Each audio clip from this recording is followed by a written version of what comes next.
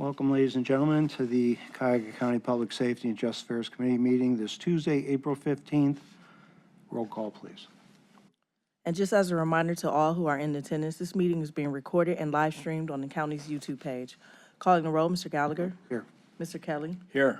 Ms. Conwell. Ms. Conwell is absent. Ms. Turner. Ms. Turner is absent. Ms. Simon. Ms. Simon is absent at the moment. There is a quorum. Oh, I'm sorry, there is not a quorum. There is not, but we don't have anything to vote on, so, and it's just presentations for today, or at least one presentation. We had scheduled the sheriff to come in. There was a death in the sheriff's department, so they're all at the funeral today, and we'll talk with them probably in 2 weeks. But we are happy to have our medical examiner. But first, is there a public comment? No, Mr. Chair, no one is signed in. And we'll hold the meeting minutes.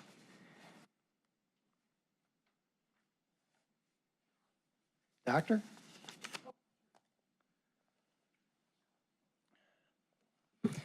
Good to see you. In your business, that's a good thing, right?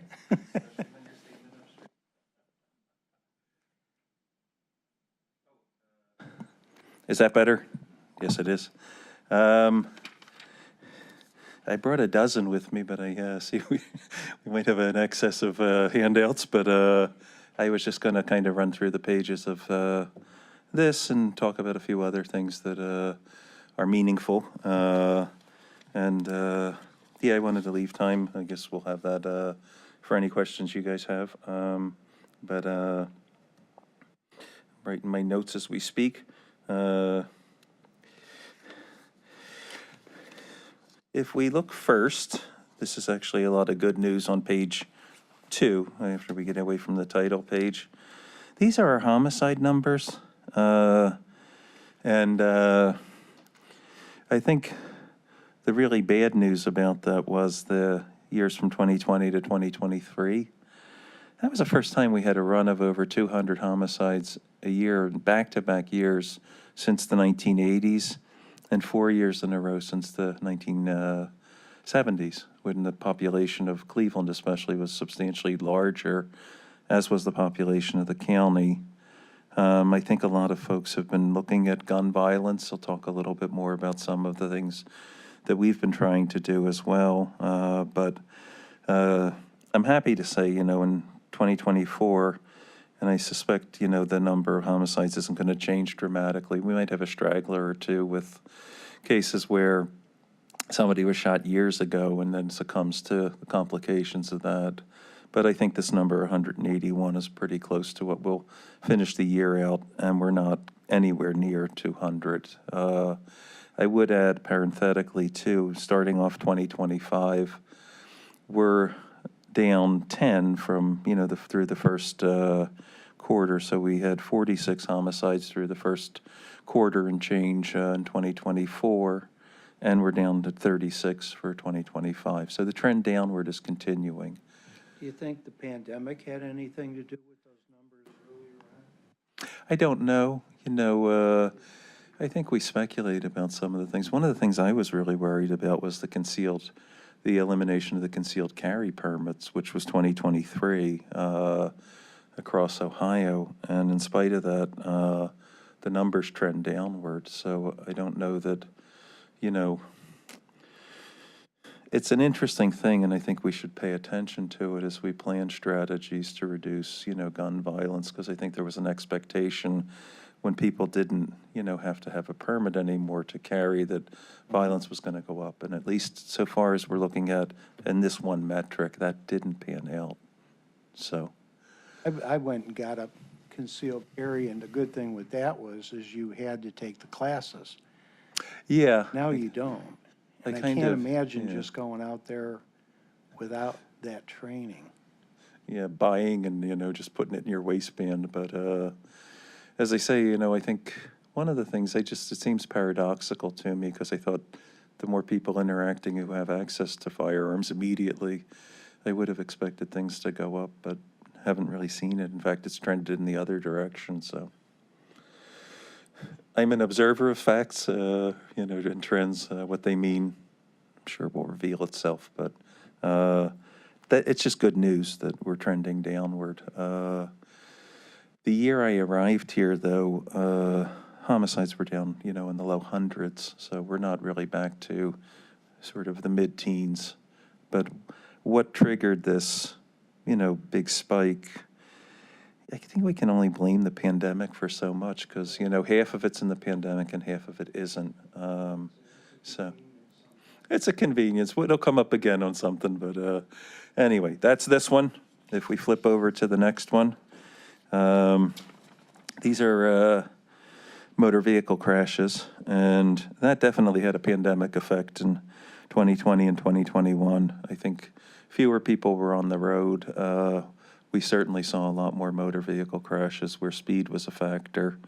And I think, people took advantage of the fewer cars on the road to kind of let things loose. So, yeah, things came down after the pandemic, but they're still kind of up above where they were. And one of the things I'd like to look at and kind of follow up on is, are we seeing more intoxicated driving?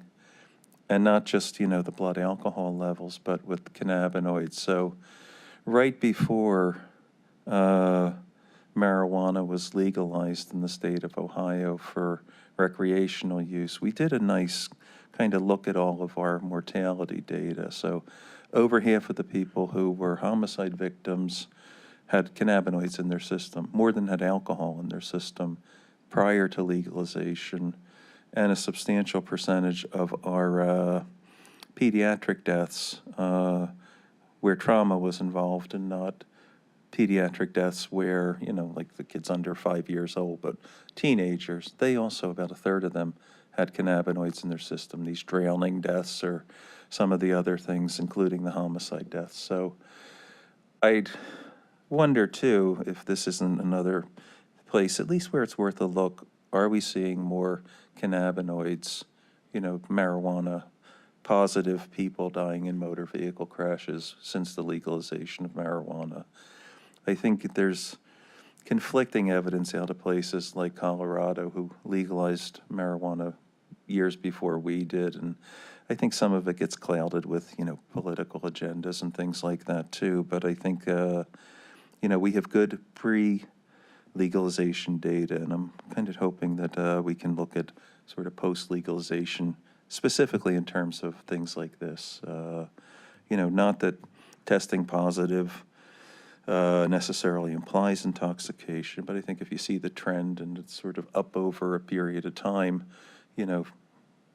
after legalization, are we just seeing more? Don't know for sure. Hi, Coroner. Hello. Good to see you. So I heard you say that the kids are testing positive for cannabis. Did I hear you say that? That there's. Yeah, this is and- before legalization. So Before. when we did our child fatality review, we would look at any of the cases that came to our office. And of the ones who, were dying traumatic deaths, so suicide, accident, homicide, about a quarter to a third of them tested positive for cannabinoids. Or teens, right? Teens, Okay, not yeah. little ones. Okay. Not the little ones, Okay. no. I Okay. had to kind of couch that. We gave the little ones kind of more of a pass and excluded them from, what we were considering. So these would be, I remember teenagers who drowned, or, the mid-teens, who were, shot in, an altercation or something, as well as the ones, who took their lives.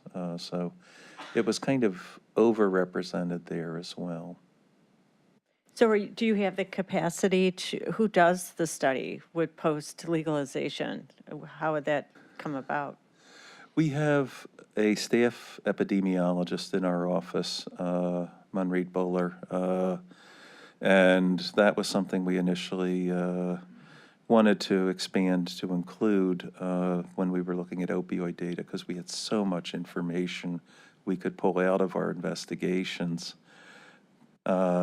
So she initially came to us on grant funding.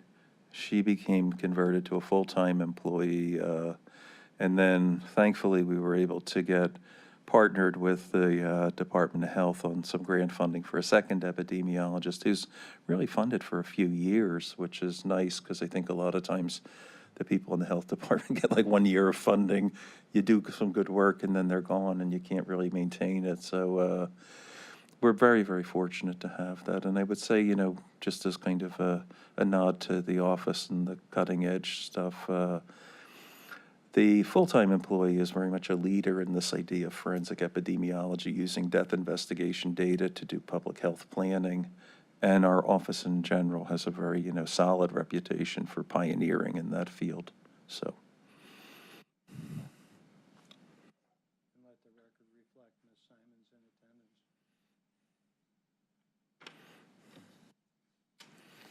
Ready to move on to another page, another pandemic? This one I don't understand. These are suicide deaths over the last 6 years. And curiously, they dipped during the pandemic. And I think nationally there was a lot of attention on these sort of deaths of despair and isolation.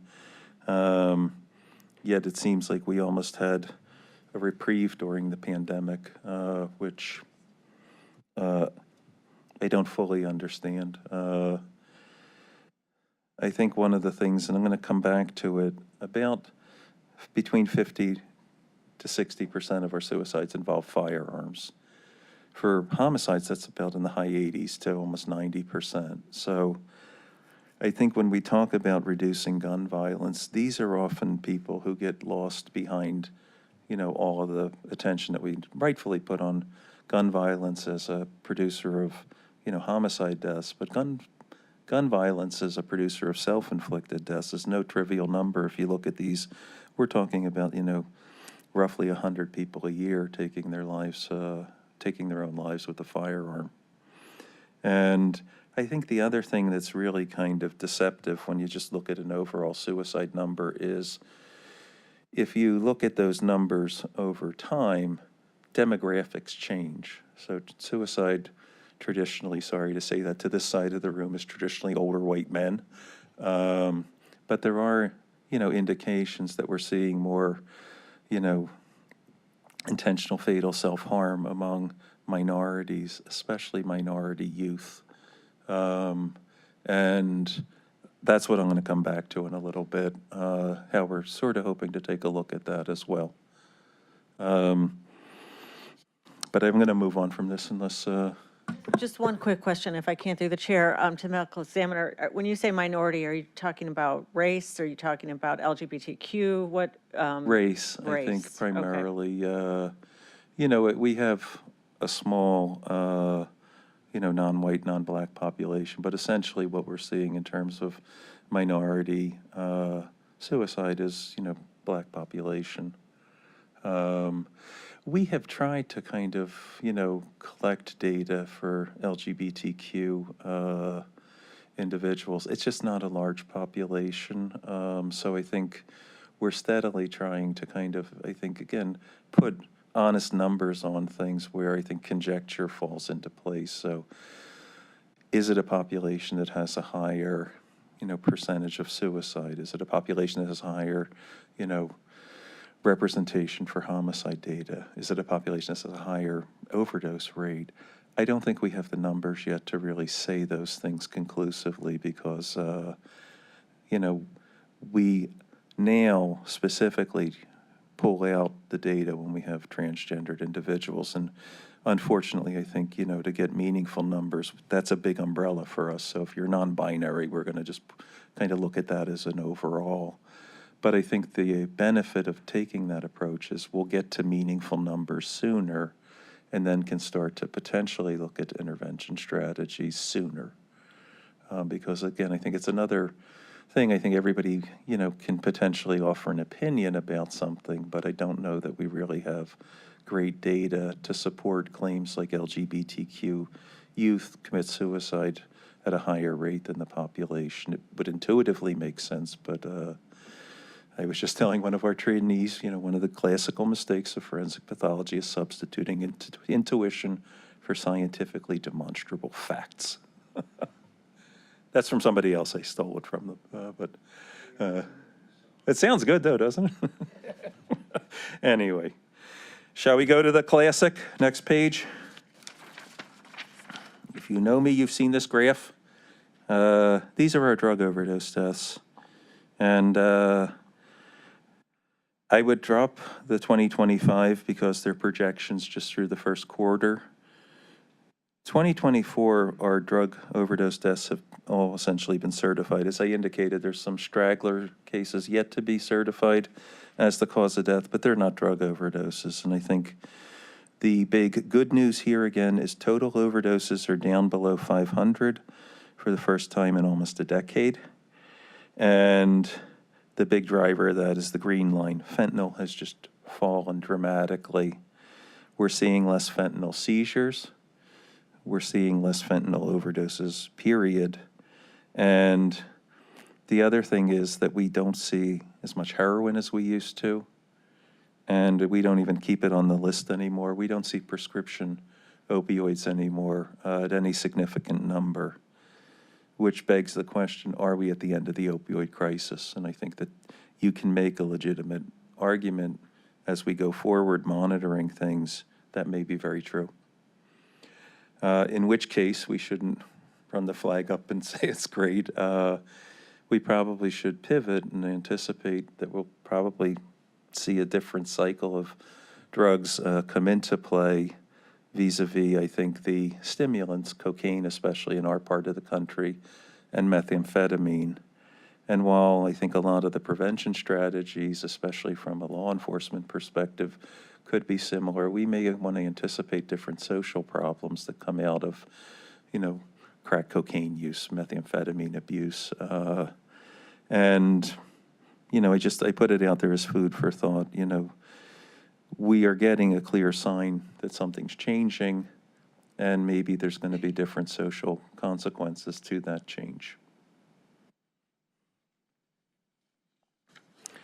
Can I ask a question? I'm sorry. Sure, no, So to what are we attributing, so all the lawsuits with opioids, all the laws changing, is that impacting, do you think that's the connective link between the fentanyl going, what's going on? That fentanyl's down, heroin's down.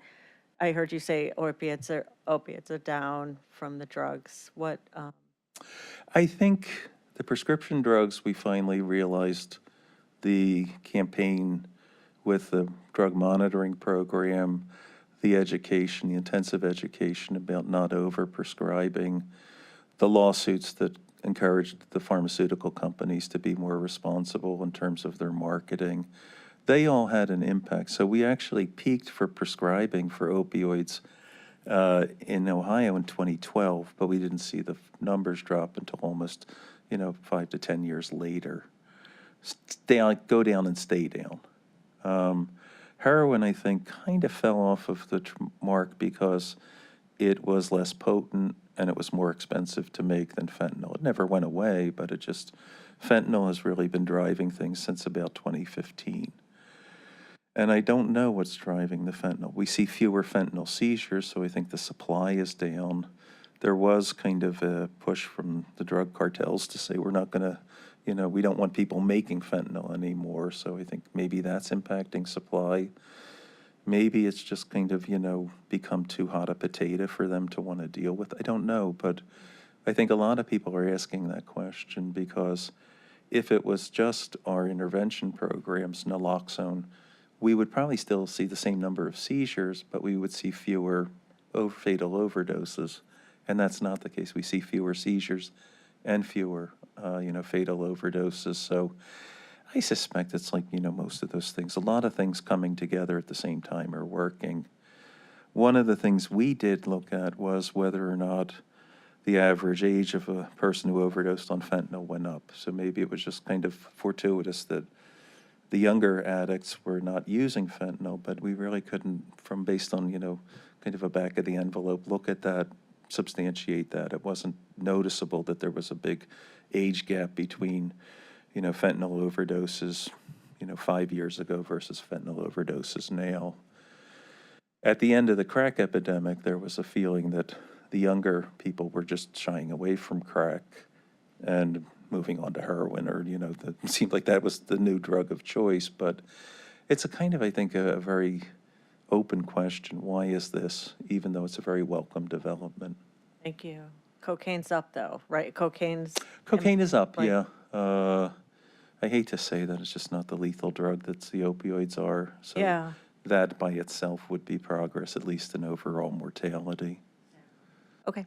Thanks. This is actually, next slide, to reinforce what I was just saying, that these are just looking at first quarter drug submissions over 4 years, and now we're reading from right to left. Cocaine kind of hasn't really fluctuated a lot, but fentanyl is really down from 2022 to 2025. Methamphetamine, stable, haven't seen a lot. For NPP, we tag out separately. That's an indicator of illicit fentanyl, and I just think that it's not that dramatic a drop. I don't know exactly what's happening there.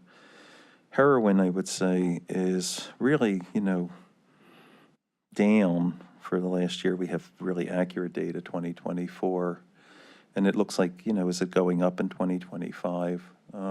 Opioid-addicted people don't get better because they don't have a supply. They'll just try to transition to something different. That was what we saw back when we put the squeeze on overprescribing, and we saw heroin take off. So the addicted people just didn't get legal prescribed drugs anymore. They got illegal drugs off the street, and fentanyl was kind of, I think, just more bang for your buck. So it replaced heroin essentially when it came along a few years later. So this where it bears, I think, watching. Is heroin going to make a comeback? Because for whatever reason, the cartels have decided to move away from fentanyl as their opioid of choice. The whole reason it got adopted was it was so profitable. Like a kilo of fentanyl was far more potent, far more legs to it for distribution than a kilo of heroin would have been. So you would make more money out of it. You could cut it more. But I think you had a lot more people dying and a lot more attention. So maybe heroin will kind of be the compromise they go back to as kind of a baseline. Don't know. Our numbers across the board similar in larger cities like New York, Chicago, and throughout the United States? Fentanyl is definitely down. Heroin, I think, is a little bit harder to get a beat on.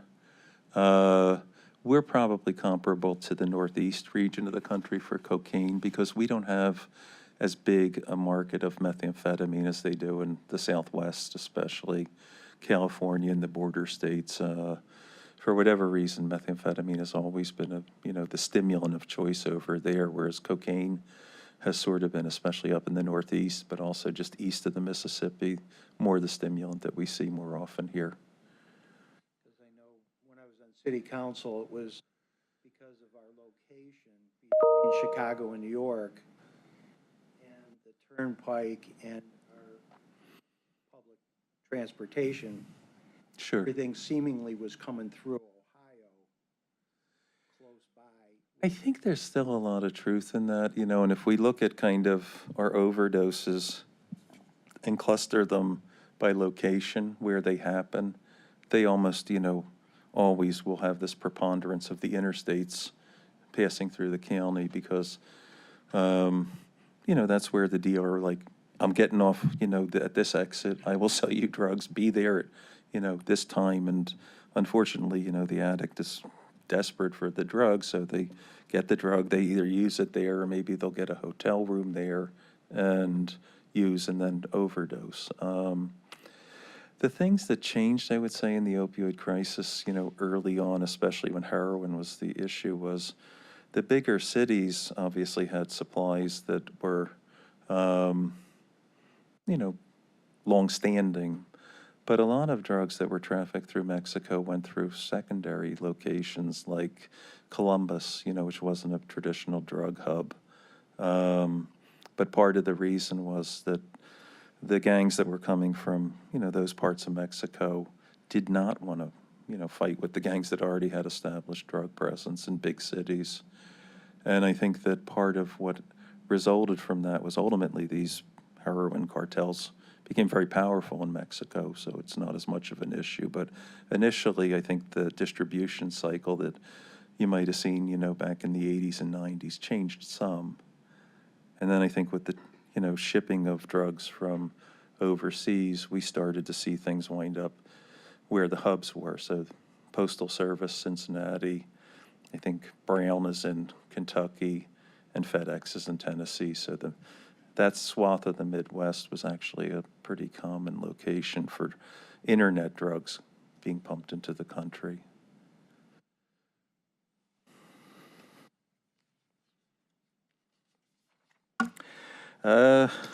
We transitioned from drugs to guns. And I would say that, the trend of us going down a little bit is not encouraging, because if you look where we started in 2001, we're still pretty way high on this. Our numbers, because it's a big urban area, are overrepresented by homicide. Nationally, there are more suicide deaths than homicide deaths, with guns accounting for similar percentages to our population for suicides, about 50 to 60%, always in that range. This next one is a very busy slide, but I think it's worth a look. So all of the gunshot wounds is what we just saw. The red gunshot wounds are the homicides, and they've gone down substantially in 2024. But I think the suicide gunshot wounds have risen as the suicides, even though they've kind of bounced around a little bit.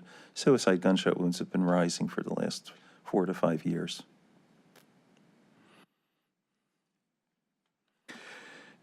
And if we look at our African American population, I find, next page,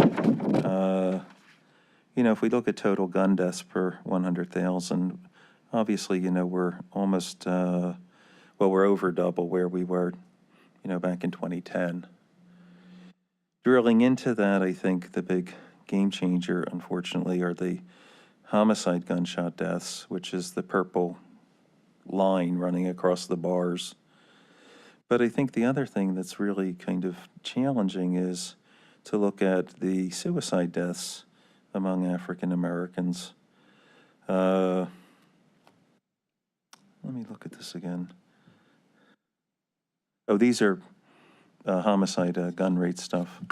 I think we get into, we don't get into suicide. I'll have to talk about that. But one of the things that's been concerning about trends of gun deaths is this rise in non-white, particularly slightly younger than average people. And one of the things that my office is trying to partner with our police agencies to do is to identify gun ownership. And I'll explain why I think that's important. Traditionally, if you looked at the older white man who shot himself, he owned the gun.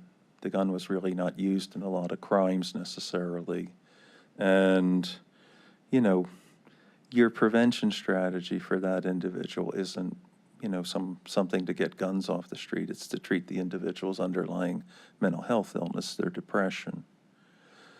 What is less clear about the younger African Americans taking their lives is who's the actual registered owner of that gun. Because at least, anecdotally, we see some instances where, these are folks who've had a fairly, long life, so to speak, in the crime world, and they have access to guns, maybe that are registered to other people, straw buyers, et cetera. And there, our prevention strategy doesn't necessarily focus exclusively on treating the depression in that individual, as it may also start to talk about interdicting, the flow of guns into the county and revamping our efforts in that regard. So right now, we've just gotten to a point where we've kind of taken our gunshot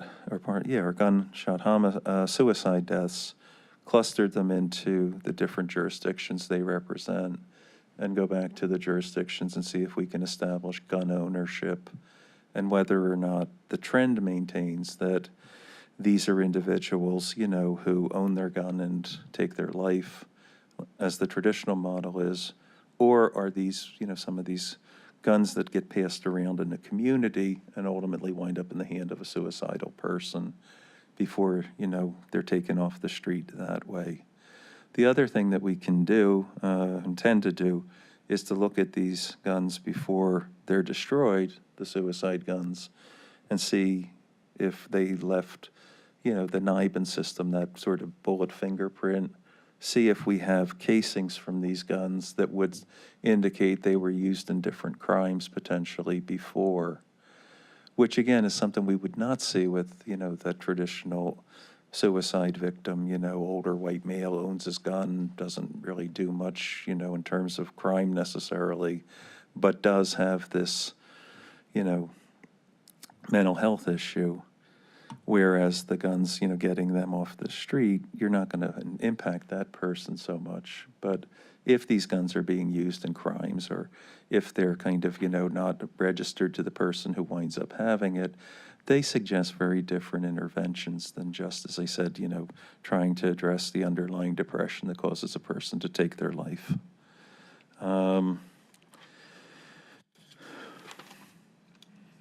Is that clear enough? Make sense? I'm going to finish up with a couple things. The last graph is hypothermia deaths. I know we may think winter is over, but before we can certify these deaths, it's important to have toxicology come back, because some of the things that we'll see in toxicology, especially alcohol, make hypothermia more likely to occur. But already for this winter season, we've had more hypothermia deaths than we've had in recent memory. And I think that number is probably going to get over 20 before all is said and done. I do think it was a bit harsher of a winter, but I also think that this is another thing, I think, canary in the coal mine about what are we going to do next winter to kind of make sure that we don't have people stuck outside. Or, some of these people were not stuck outside. They just were in homes that didn't have heat. One stands out distinctly in memory, an older lady who I think kind of just, was trying to save money, turned the heat down, essentially to almost off. And then, we found her, days afterwards, multiple layers of clothing, and it just wasn't enough to save her. And I think, unfortunately, that person, knew what was coming for them and just couldn't really get around their circumstances. It wasn't that they were outside intoxicated and passed out. They were in a home with essentially no heat, dying of cold. Two more things, and then the update will be complete. I'm sorry if it went on endlessly, or it felt like it did. Back in 2017, 2018, we had a bad run with drug overdoses with a drug called carfentanil. It was the elephant tranquilizer, and it had a potency about 100 times that of fentanyl, which fentanyl's already a bad drug. Recently, down in Cincinnati, they initially reported they saw a couple cases, and recently in our jurisdiction, we've had about 4 or so overdose fatalities and a few seizures. It's not been a big spike, but anytime that drug shows up, we always say we're just nervous because it's a very, very potent and lethal drug. And 2017, a lot of the country had it. Unfortunately, in Cuyahoga County in 2019, we had our own separate spike for reasons that I don't, again, fully understand, other than it didn't happen in the rest of the country. So just kind of eyes open, monitoring it. The other thing I just wanted to share, because I think it's going to be a winner, is I've spoken with the Chief Reese, not Sheriff Patel, and the medical director for Metro about convening just, a discussion about people who die in jail. And I'm looking forward to kind of our test case being the young fellow who died a couple months back. He was playing basketball and he collapsed. No funny business, not injured, not, an overdose. But even so, I think there's something to be gained, obviously, from those kind of deaths. People who take their life in jail, people who are killed in jail, people who overdose in jail, et cetera. But these natural deaths have kind of gotten a lot of attention nationally because people are concerned, if you're incarcerated, is your quality of care compromised versus, people who have access to other means of health care? And I think a fair correlate question is your access to health care poor to start with and you get incarcerated and it doesn't improve? So I think looking at natural deaths will be, of benefit, but also looking especially at the suicide deaths that occur in jail as preventable, as are the drug overdoses. I think a lot of the deaths that occur in the jail are worth a look just to try to design prevention strategies. And that is everything. Obviously, we do more stuff, but I think that's enough. You've been flogged enough, sir.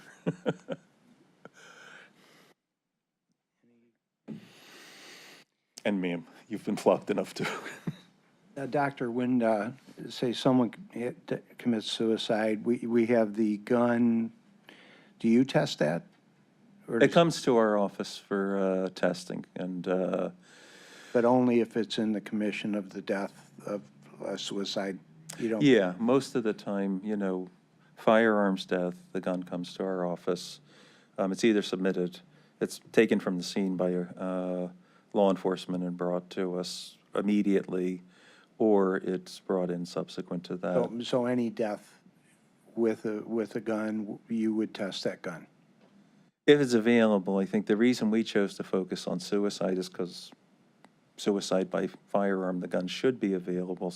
Homicide by firearm, that's a very small percentage of guns that we actually are able to recover for testing. Send the guns in the commission of crimes out to Hinckley? Is that where the state has their lab? No, we do it in-house. We do We it have a in-house. firearms unit, so testing, for shell casings to just put into the NIBIN system for matchups, we have individuals to do that, and then ballistics comparisons. What I can access readily is the ownership data. That's why I have to partner with the police department, because I think there's just concerns about, government having too much information on, guns that are owned. And, yeah, but obviously with your law enforcement background, the police can find ownership, but as a crime laboratory, we don't have access to that. We can access the NIBIN data for the matches for this gun to other things that happened before, armed robbery, attempted murder, things where the gun was discharged. That I can access, but the ownership, I think, is an important question. Some for this and some for, the accidental shootings of the children, like that little fella from Mahoning County this morning. Maybe Mr. Kelly would have the answer to this also, but because, the sheriff's out there with this patrol and they're taking guns off of people that they pull over, but I don't know what happens to those guns. It's really not in the commission of a crime, but it's possessing a firearm. I've never been able to put two and two together on this thing, because you just can't take somebody's weapon Right. unless it's an illegal weapon, or they can't have Or they them, shouldn't have it. or they shouldn't have it. What happens to that weapon, do you know? Those guns, will be test fired by the departments. Okay, The shell casings will be sent to our laboratory for entry into that NIBIN system for matches to other cartridge casings recovered from crime scenes and things like that to generate leads. The guns are usually maintained, correct me if I'm wrong, in the evidence unit of the police department. And if we need them for, test fires for comparisons to recovered bullets, we can always, bring them back to the laboratory. But the testing is done at the laboratory. The evidence, will pass through there as necessary, but most of the time, the ultimate retainer of the evidence is the department.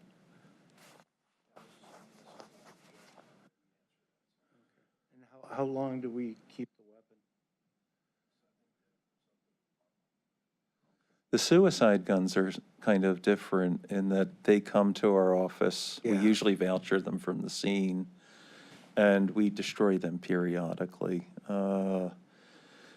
If somebody wants them, they actually can get them. There's a thing called a replevin request, and, you know, we make sure, though, that those guns are test-fired so that we can't link them back to some other crimes that potentially might be solved with that information through that NIBIN system I mentioned.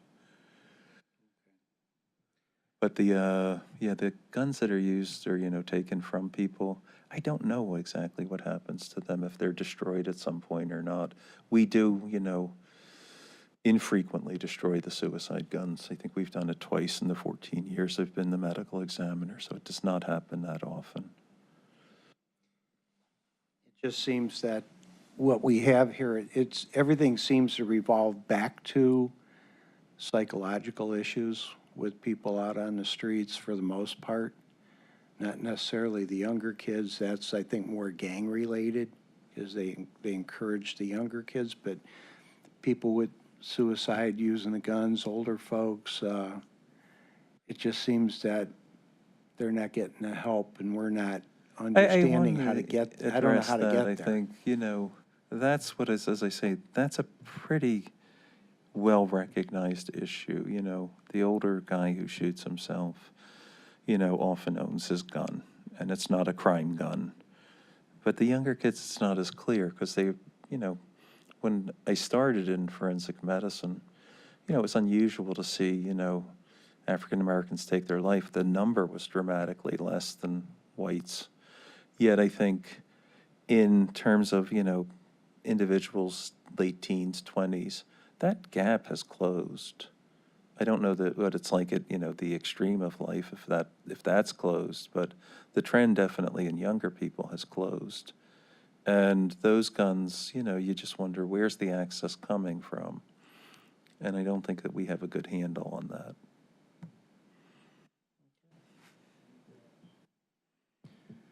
Just thank Thank you, you. Thank Doctor. you so much. We're really privileged. I'm fortunate to have you at the helm. Oh, Yes, you're amazing and compassionate. It's an amazingly tough job, and I appreciate everything you've done to build this department up and make it what it is. Remember that at budget time. I do. I always do. You always do, I know. Thanks for well, everything you I'll guys tell offer us. you, you have changed the culture and have made our job a little bit easier to understand, and I appreciate that, as I do know my colleagues also appreciate that. And we've tried our best to provide, You guys have been what great. you No, need. thank you very much on behalf of the whole office. well, we appreciate it. Okay. Thank you, Doctor. Thanks, guys. Always nice to see you. Going back to our meeting minutes of April 1st, they're in your packet. If they're in order, I'll accept the motion in a second. Second. All in favor? Aye. Aye. Thank you. Miscellaneous business? Hearing none?